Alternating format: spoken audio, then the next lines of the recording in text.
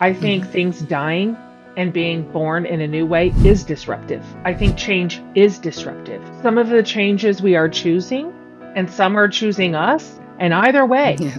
it's tugging us along into new places that we've never been before, uncomfortable places. In a lot of cases, it means loss. We've got to leave something behind. I don't think that there is a pat answer to how to navigate all of that with the highest amount of grace or the most amount of wisdom or the least amount of pain. I didn't find a formula that worked. And so what I found instead was Well, hello there, and welcome to this episode of The Terri Cole Show. I just had the most interesting and the most fun interview with someone who I have been following on social media for years, who I just love this person's vibe. You ever have that? You just see someone, you're like, ugh, I just like you.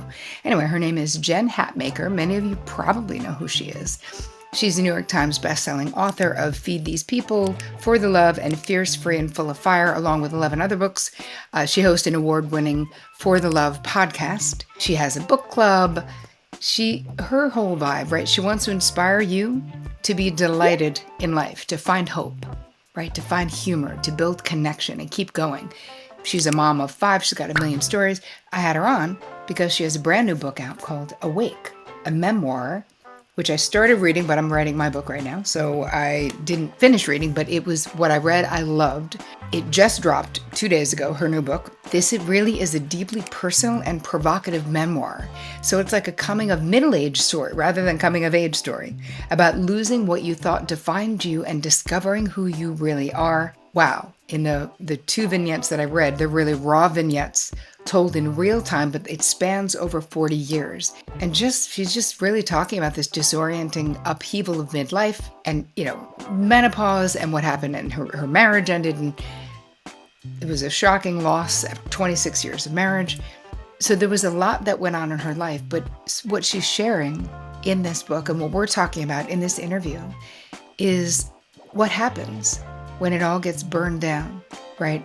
What happens on the other side of the breakdown is where the breakthrough is. So I really hope that you enjoy this interview with my new bestie, Jen Hatmaker, as much as I enjoyed interviewing her. The book is called Awake. It looks like that, a memoir by Jen Hatmaker.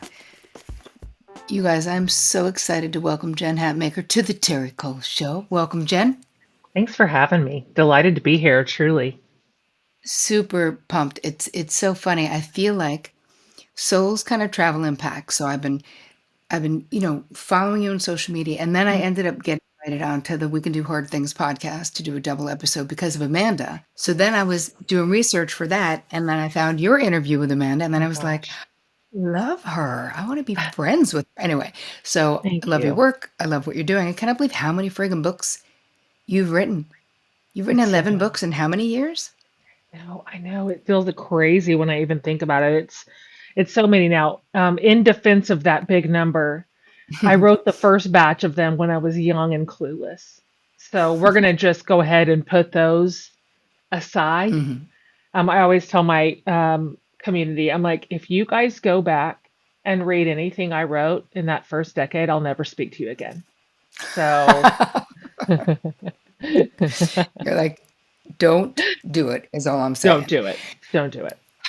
All right, so let's start with all of us who do what we do, all the things we do them for a reason. So I'm always interested, like, as if you were a Marvel movie character, like, Mm. what would your origin story be that got you to this point in life? And I know you've had many transformations, and I know you got Yeah. 5 kids, and you got lots of stuff. And what brought you to this book? This is what we're going to be talking about. Your new book that just dropped 2 days ago. So exciting! Awake, a memoir by Jen Hatmaker. So tell me, your origin story is Mm. what? I guess at the most fundamental level, my origin story would have involved a childhood in the Midwest. I grew up in a conservative, traditional, um, religious environment, Southern Baptist, if you want to put too fine a point on it. And in Kansas. And so what that meant was my worldview, my perspective, my perception, and my experience was this big. Now, I thought this was everything there was. I didn't know Yeah. anything outside of that. But that meant I moved into adulthood with a fairly truncated idea of, I guess, everything: people, the Hmm. world, ideologies, beliefs, experiences. I had such a narrow, myopic experience of the Hmm. world. And so that origin story gave me a lot of beautiful things too. It's not as tidy as like all bad to all, not at all. I had a really great family, really great parents, great siblings. We're super close to the second. Hmm.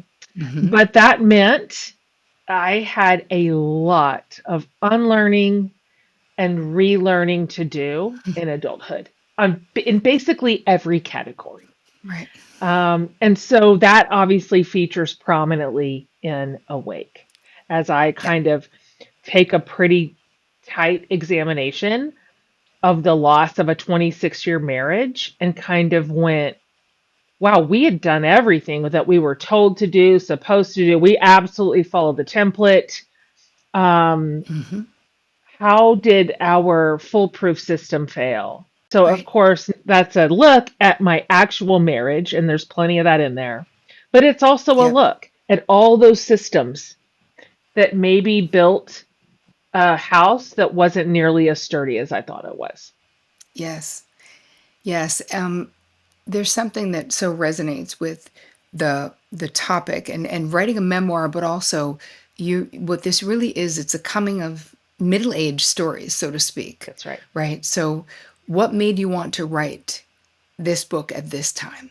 I lost my marriage, kind of the implosion of the entire life that I had built in the way in which I had built it in 2020, July of Hmm. 2020. So if you can remember July of 2020, it was a rough Mm. time for all of Yeah. us. And so at a moment when we were isolated from each other, the world was in crisis. Hmm. Um, so many of our systems were failing and changing. We went through a crisis here at my house too. Um, and so at first, of course, it would never have occurred to me that I was going to write about any of this. Right. It was so catastrophic, and back then I had no idea if I was going to emerge, if I was going to ever be happy again, if what a life was going to look like for me. I had no idea. Mm. I got married when I was 19, if you can imagine such insanity. And so I had never even had an adult independent moment in my life. I got married as a literal teenager. Right. So we have 5 kids. So all of a sudden, I'm staring down. I'm 45, just shy of 46 Mhm. when that happened, going, "Oh, I don't even have an imagination for what's next." So 5 years out at this point, Yeah. I remain stunned and shocked at the capacity that women have, not Mm. just to rebuild, but to flourish.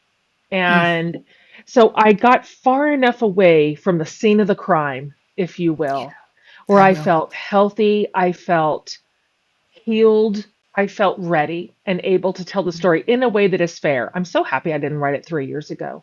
I'm not sure that I had even reckoned with my own patterns, my Right. own contributions, my own failures, my own tendencies yet. I was still, my story in its like most stark terms lends itself to villain and victim, right? Yeah. Or bad guy and hero.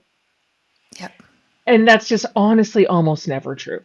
I would have Right. preferred that version 3 years ago, and I think I would have leaned into it. I gave it long Mhm. enough where I went, my therapist, they're the worst, are just kind of like, let's look at your deal. I'm like, that's not why I'm paying you. Let's look at his deal. He's the one that did it. But they're just persistent. They And just so will it not turns give out I up. had some stuff. They will not give up. I'm like, that is not why I'm paying you, lady. But and so now feels like the time. I feel like is a fair rendition. And one question I asked myself a lot when I was writing it and deciding what to not just include but exclude, and there's plenty left I left out, Yeah. was, will I be proud of this in 5 years? Mm, And so I had to project. I don't know that me yet. I don't know 5 years from now me, but I had right. to project on what I thought she would be proud of. And so Mm. I hope that that is the way that the book is received. It's not salacious, it's not gross, it's not smarmy. It doesn't include details that are just for shock value. Those don't actually aid the story at all, so they're out. But so that's why now. What I loved about one of the stories that I was reading that you shared is basically you naming the fact that you shared all of this with your ex-husband, and like he'll always be that person that you shared all these things with. It was the story about your son and his car That's and right. the phantom pothole. That's right. Um, and how those inside jokes and those experiences and co-parenting these children, that the what you're saying about the 3 years ago and how tempting it is when we're in a situation to be like all bad, all good. And as the therapist myself, the ones who don't let people just tell me all about the villain of it all. There's something so beautiful about your capacity to write lovingly. And it's almost like I felt like I was seeing this slice of your life, but in a very like beautiful and like moving way. I can see the need and the desire to mourn the loss of that, even Yeah. as you embraced the gaining of all these other things as your life changed. So, how do you, because this is part of what this book is about, is navigate the messiness of midlife, right? We have things dying and we have things being born sort of almost all at the same time. So, from your Yeah. experience, how do you navigate the messiness of midlife? Yeah, that's right. And that's the truth in more than one category. That Mhm. is a lot of our relationships. Our parenting is changing as our kids are growing older and launching and hitting young adulthood, and our bodies. I mean, that's a whole thing, that Mhm. we're going through all these transitions. And um, there's just a lot of like things. We're laying things down and we're picking up new things, like you said, almost in the same time. It's very disorienting. It's very Mhm. disorienting. Um, and of course, as everything is, it's easier to make sweeping statements or even prescriptions on how to navigate all that, how to manage it in hindsight, right? It's Yeah, easier to right. look backward and go, Mhm. it all works out or whatever. Right. In real time, it's much more disruptive. Mm. And I don't know if this is a great answer, but I don't think there's any way around any of that. I think Mhm. things dying and being born in a new way is disruptive. I think change is disruptive. I think Yep. when we are, some of the changes we are choosing, and some are choosing us, and either way, Yeah. it's tugging us along into new places that we've never been before, uncomfortable places. In a lot of cases, it means loss. We've got to Mhm. leave something behind that Yep. we've known for so long or we've become accustomed to. And so I don't think that there is a pat answer to how to Mhm. navigate all of that with the highest amount of grace or the most amount Mm. of wisdom or the least amount of pain. I Mhm. didn't find a formula that worked. And so what I found instead was this impulse, I guess. I guess it was really all I had to do. I had no other options but to sit in each disrupted space fully and clearly and to feel everything I needed to feel about each and every loss, each and every change. My instinct is to resist all that. My instinct is to power up and power over and power through and just get to the other side of the thing. Right. Or to patch it up or prop it up or whatever. And none of that was working for me because grief Mm. cannot actually be sidestepped. And so I learned, actually, I learned it through my body, not my mind. My mind is my normal partner, but I had to turn to my body in this particular phase of life, who was a more gentle and a wiser guide. I could not So think my way out of all this. what did turning to your body look like in practice? In practice, and I had to be taught this. Embodiment is never a practice that I was shown or taught, or that just in my age group, that is new conversation. Like Hmm. I was taught the opposite, that my body was not trustworthy, that my Hmm. instincts were not trustworthy, that I should outsource authority. Somebody else should be telling me what to do with my life, and that I was not a reliable narrator of my own story. So I grew up like that. So for the longest time, my body was my enemy. Absolutely. In every way. The way she functioned, the way she looked, certainly. I mean, we've Obviously. all been in that toxic swimming pool.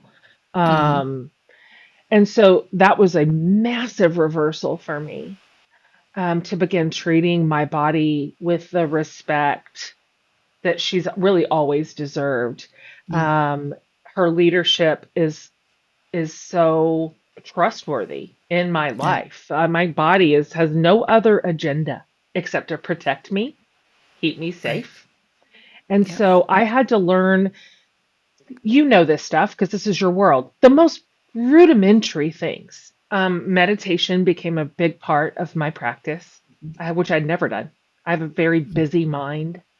Hmm. Um, and I had to use guided meditations. I did not have the skills to have my own silent voice in my brain. So I used guided meditation, which introduced me to like breath work. It's not Hmm. sexy, it's not like razzle dazzle, but learning when I would have a fear, a spike, a trigger come up, which was for a while every day, every hour, I Mm. had to learn. I had to learn how to sit. I'd usually go outside, something about the sun, the air, the grass, Mm. the sum is greater than its parts. And I would have to first figure out how to get all my body relaxed because every single time, once I turned my attention to it, my jaw was clenched. My forehead was like up. My eyes were like so up. My shoulders are like up. My hands are tight. Like as soon as said, check your body, it was like I would drop like 14 inches of just like, Mm. and then I would learn to breathe through it and I would just feel what I felt.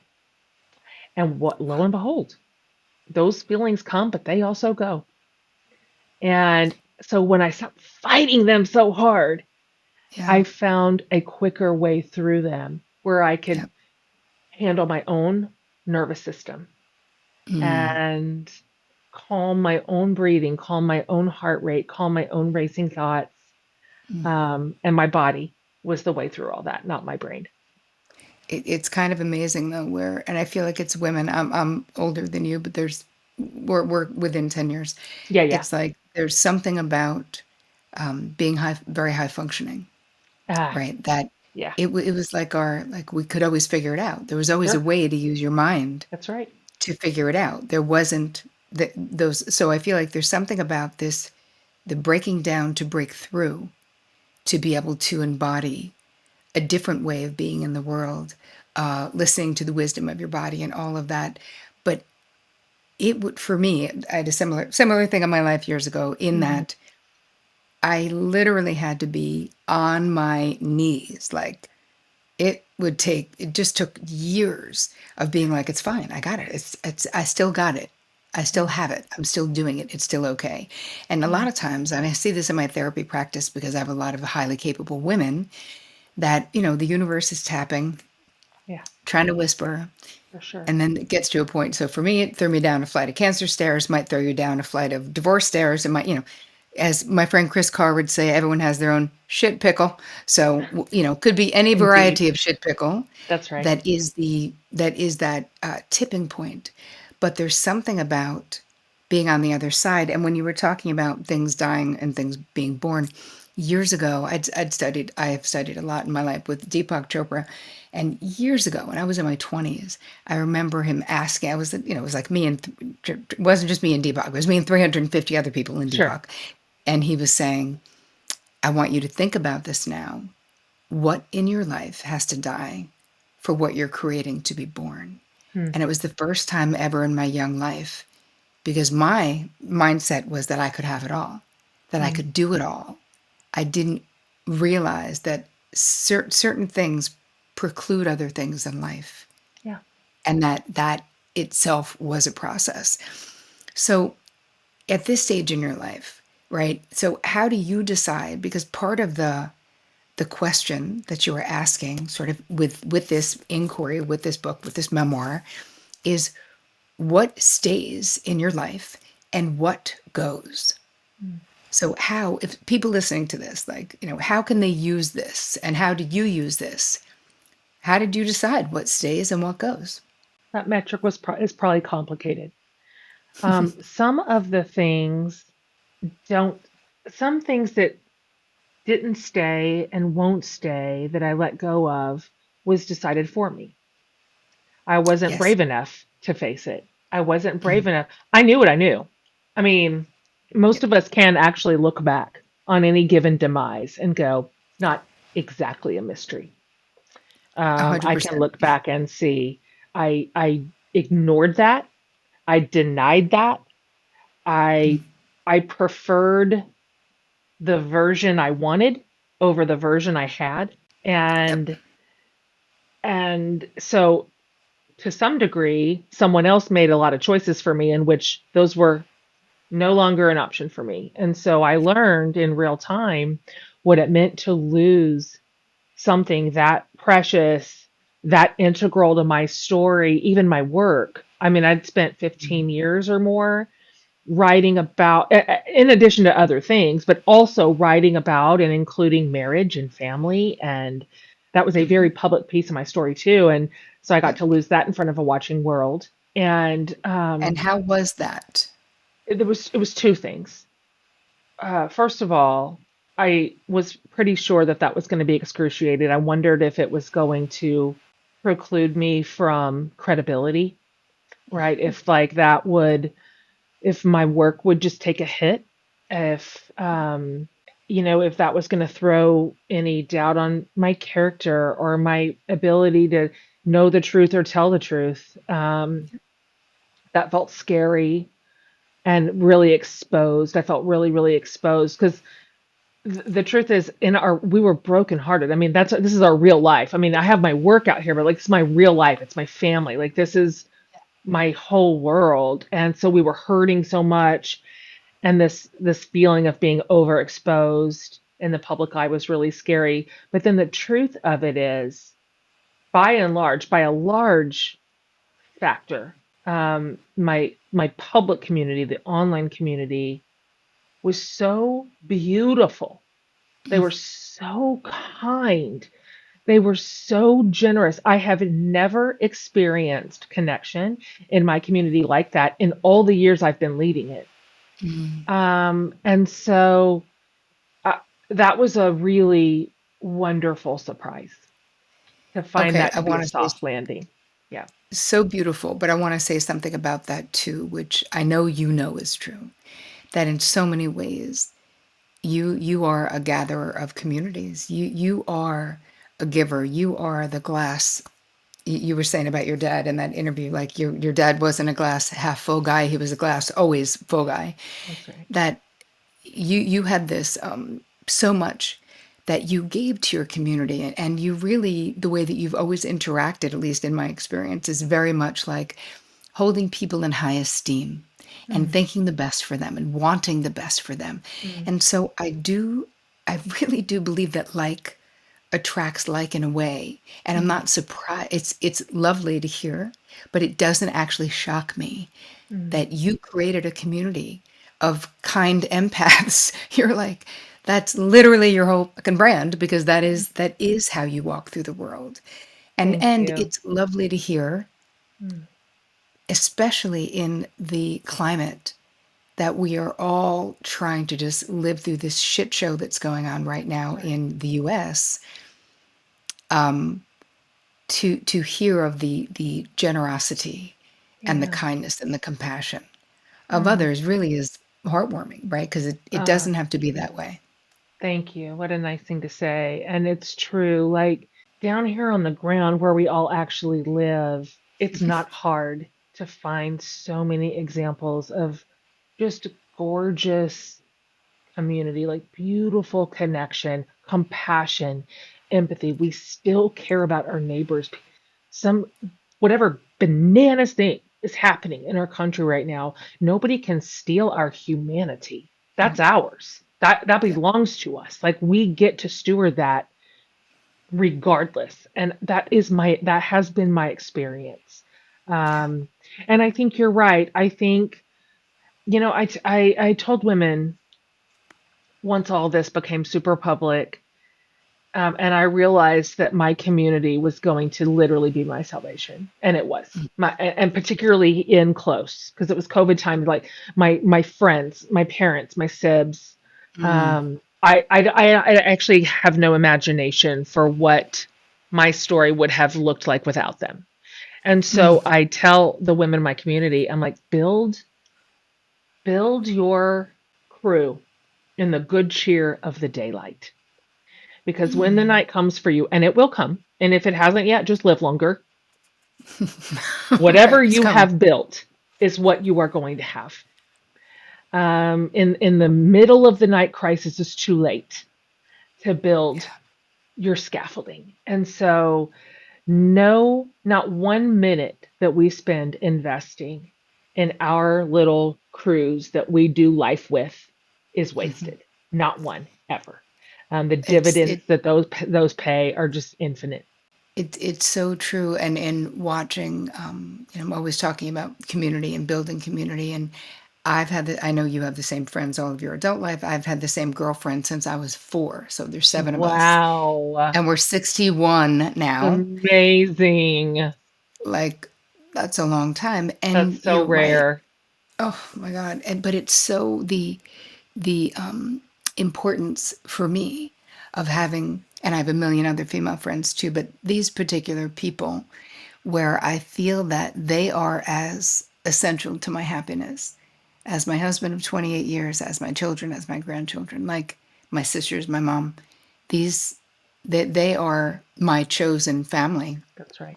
And it's so interesting to go through. Like I am definitely going to write a book, one of my other books eventually about it, just simply because when you go through life with people who knew you when you got your period, That's right. and then when you got married, and then when you had children, like Mhm. it, and now our parents are dying. It's like, Right. we're going through all of these seasons of life together.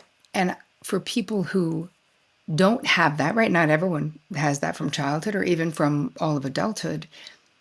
How do you think that people can find community? I know it's a pain point. I hear it from the women in my community all the time Yep, me too. that making friends in adulthood is so much Yeah. harder than it was when we were younger. And it's true for a million reasons. And and of course now we have such a transient culture, like we don't even have sort of the old fashioned fallback of hometown, where like, Hmm. well, this is where we all grew up together and this is where our Right. families live. And, we're just all over. That's not how the world is sort of operates anymore. There's just so many enemies to building like beautiful, meaningful adult friendships. Yep. It does not mean it's impossible.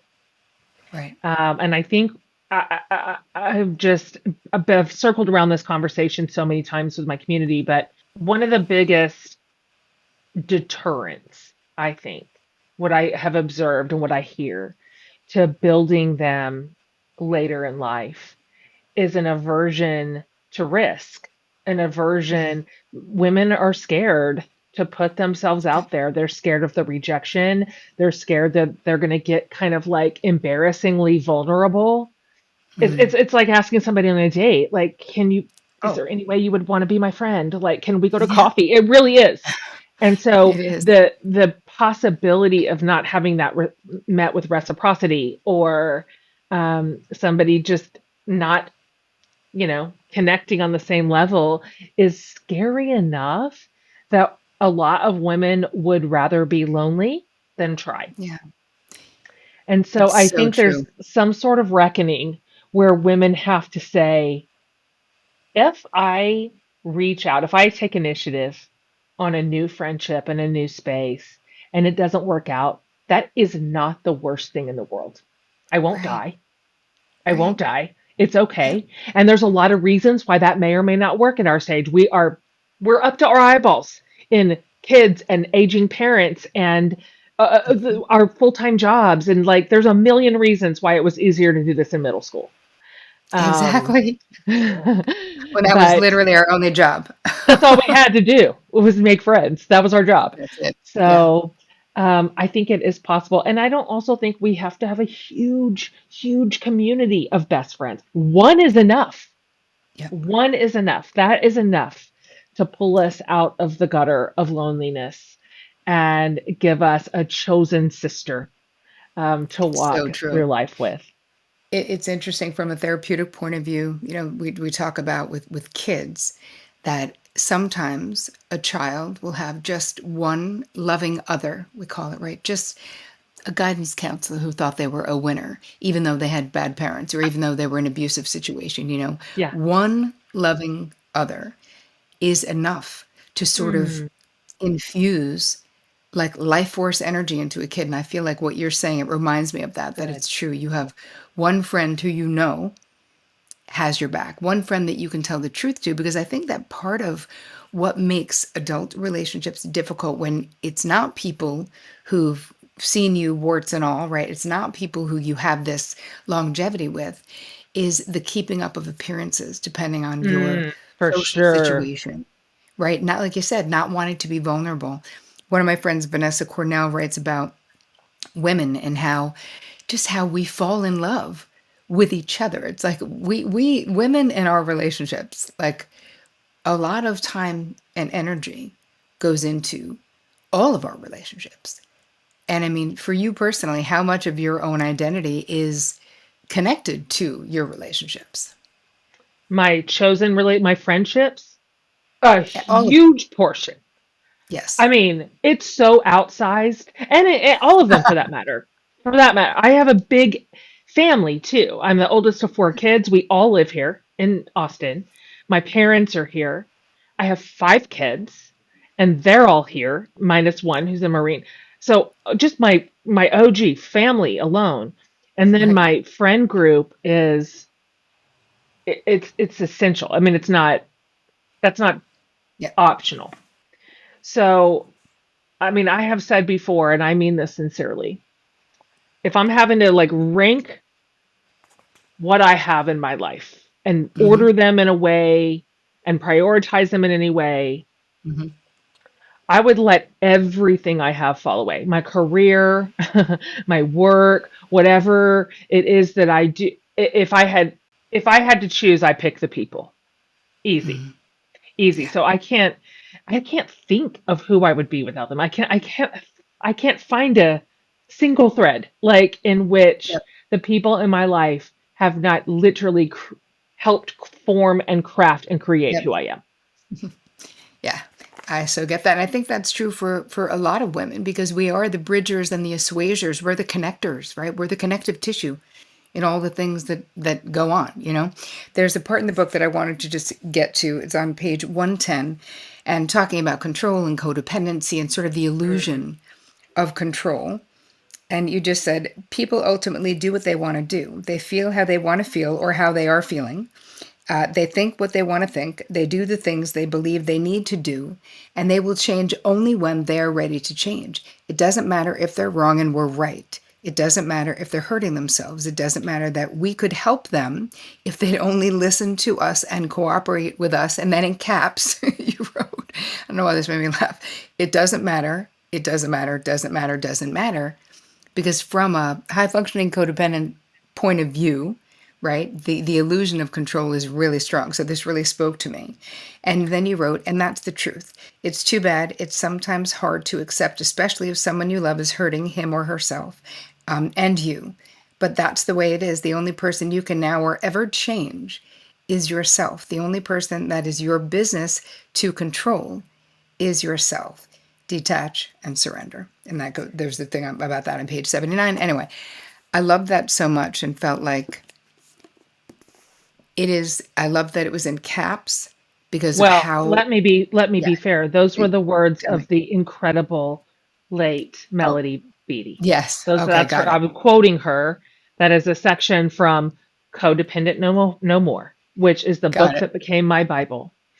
And when I read those words, I was like, she is not messing around. This is the truth, and she's giving it to us straight. Because the thing is, the illusion of control is a powerful, Oof. powerful drug. Like, I have wanted to have control my whole life. I want to Hmm. control everybody. I want to control everything. I want to control my marriage. I want to control my kids. I want to control what you think of me. I The want to truth. control the environment. I Yeah. and when she's just like, that's not how it works. Sorry. Wish it did. Lay it down. Surrender. Doesn't matter. Doesn't matter. Doesn't matter. Doesn't matter. You don't have. I'm like, this is how she needed to talk to get through to me. Yeah. Um, Seriously. and I did not realize the links. I didn't even know I was codependent. I didn't know what that meant. I Wow. thought I hadn't heard that word 5 years ago. I did not know. I mean, I'd heard it, but I thought I misassigned the definition to it. I thought that was something about Mhm. being needy. I equated that with some kind of like emotional weakness or something. I did Yeah. not understand what it meant until I did. And then I went, Yeah. whoa, this is my problem. And it isn't just neutral. You're not in a codependent relationship with somebody who's an addict or abusive or constantly triggered or explosive, and your codependency is neutral. Your Yeah. codependency is a great net negative. It makes it Yep. all worse. It does not Yeah. make it better. It doesn't even make it same. It makes it worse. And Yep. so facing that So true. down, brutal. And I was trying to learn it in the context of the loss of my marriage. Like, where was I codependent as a wife? But turns out, Wow. if you are codependent, you are codependent. And so the Yep. very next category that popped up its little head for examination was how I have been long time exhibiting codependency in parenting. And Hmm. then I had to look at my adult friendships and go, well, damn it, God, this is my problem indeed. So Indeed. It's still all of working us. on it. Right. Of course. I mean, listen, I always talk about my last book basically is an updated version on codependency, right? So Mm. because I felt like we just needed an upgrade to modern life because Oh, all of yeah, my yeah. clients were like you, Jen, and were like dependent. I'm making all the moves. I'm making That's all the right. cash. What are you talking That's about? Like right. I'm doing all the emotional labor. Like I'm not Yeah, dependent on squat. And that's when I realized we don't know what codependency is. that's right. We are being unduly influenced by this seminal text by Melody, which, God rest her soul, this was amazing. But so many of my clients would say, I'm not involved with an alcoholic. I'm like, dude, you don't have to be. Like, That's right. and so I felt like we just needed this upgrade because in living in that codependent way, you're what you're describing in this book and the changes you've made. And you guys, if you're just tuning in, the book is called Awake, a memoir. And the author is Jen Hatmaker. It's very exciting. Um, is that with being actively codependent, so much of this, the changes that you've made, being in a new relationship now, right? You're in a new relationship now. Yeah. You want to say anything about that? Yeah, well, that was really surprising. I mean, my last first date was in 1992. So, I mean, let's just say I had no idea what this world was. In fact, I write about it in Awake. I spent exactly 12 hours on a dating app. That's how long I lasted out in that world. I'm like, no, thank you. I'd rather be single for the rest of my life. So I stumbled upon a new relationship accidentally, like out in the wild, like the old-fashioned way, right? That you Wow. meet somebody and I wasn't looking for it. And I certainly didn't know any rules about it or how to manage it, but what a joy it's been. Gosh, we're at like the 3.5 year mark, if you can believe that. I just You guys are so cute. By the way, you guys, it's if you're just not watching, if you're not following Jen Hatmaker on Instagram, you need to be thank immediately you. right now. His name is Tyler Merritt, and he's just a joy. And having experienced a really long, multi-decade marriage that was never, not from day one, easy. It was never easy. Now, it had Mhm. not obviously deteriorated to the point in which it ended, but it was Yeah. never an easy relationship. How could it be when a 19 and a 21-year-old get married? What in Like, the world? hello. We're not even formed. And we built on so many like faulty foundational bricks. Yeah. Um, and so being in an adult relationship with my adult brain, my adult soul, my Yeah. my my spirit that has taken itself to therapy Hmm. with somebody else who's in the same place is just a stunner. It's just stunning. I'm like, is this Yeah. it? Is this, where's the hard part? Like, when is it coming? It's a joy and a real wonderful He surprise. talks about it easy to, in when he's talking about you, it's always about how easy it is to be with you. Mm. But there's what just observable, right? From the outside, just Yeah. looking in. Yeah. What the only thing I see, the biggest Mm. thing I see is joy. There seems to be so much joy and celebration within the union, and that there's a comfortability. Mm. Just watching you guys talk, just watching you do a podcast together, whatever it is. And it's so amazing because when we think about the waking up that you're talking about in this book, the changing, the midlife messiness, the dealing with the messy middle, so to speak, the things you chose and the things you didn't choose. But then to see you on the other side and who you've built you've changed who you are. You're essentially the Mm. same, but you've changed. Anyway, I love this book. Whatever. I Thank mean, you. I'm writing my last book right now, so I've only read a little bit, but I can't wait. You're my first full read when I'm done with my Thank book. you. I want to ask you a couple of questions that I ask everyone because I'm so Sure. obsessed with boundaries. So personally, Mm. what has been your most challenging boundary struggle and how have you overcome it if you Mm. have?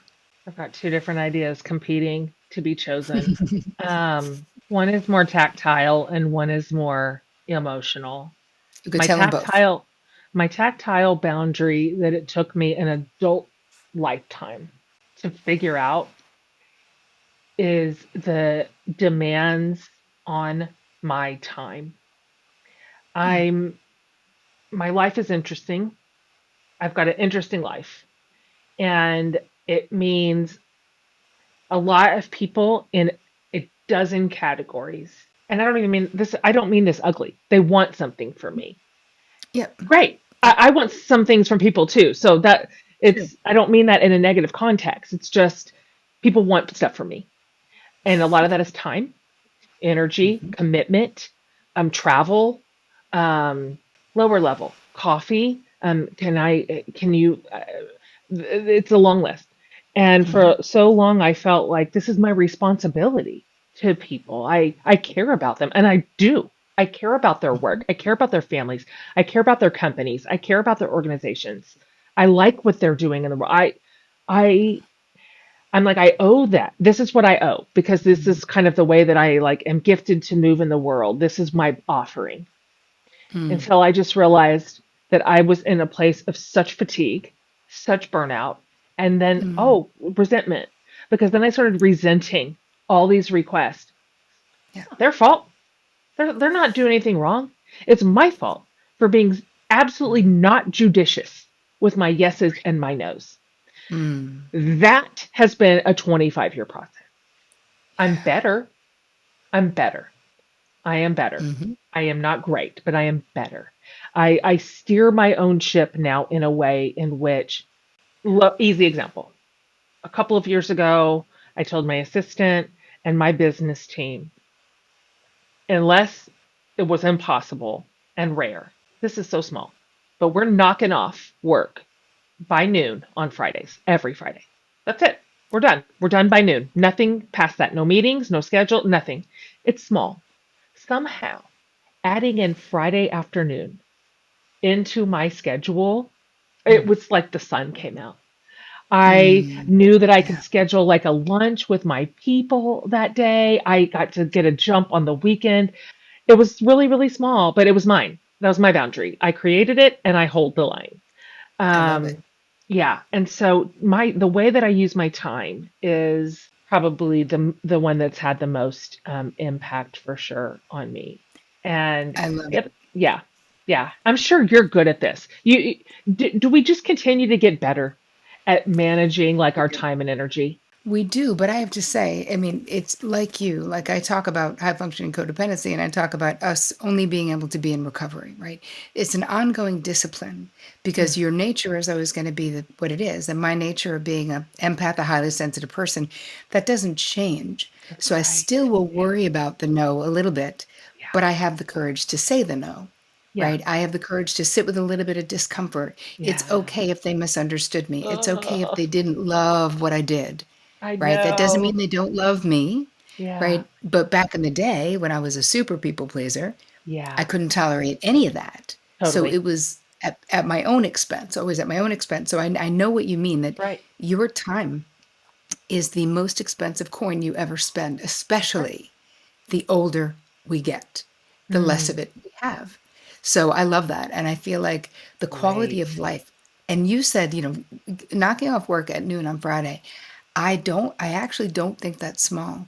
I Mm, actually think, honestly, that it's really big and mm, that it's something people don't think about doing, but it's so smart yeah, because of what it gives to the people who work for you. that's true Because they too. also get sunshine now. They also get a boozy lunch if they feel like it with their friends now, That's or right. whatever it is they're going to be doing on Friday. So, those boundaries, you Mm, honored yourself mhm, in doing that.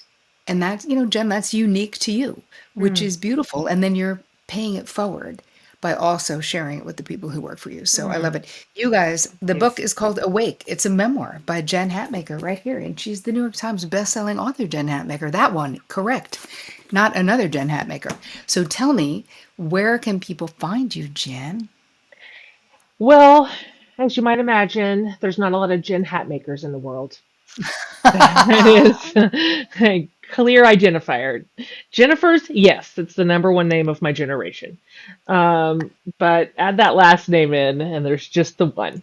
So I'm Jen Hatmaker everywhere. I'm Jen Hatmaker on Insta and on Facebook and Twitter, and my website's jenhatmaker.com. That is a real good hub for literally everything I do. My podcast is over there, all my Great. writing and my schedule, and yeah. And this book is now available, you guys. It just dropped 2 days ago. This book is available everywhere fine books are sold. Go get it. One Thank last time, you. it's called Awake, a memoir by Jen Hatmaker. Jen, thank you so much for coming and spending so much time. I really appreciate you. Thank you, Terry.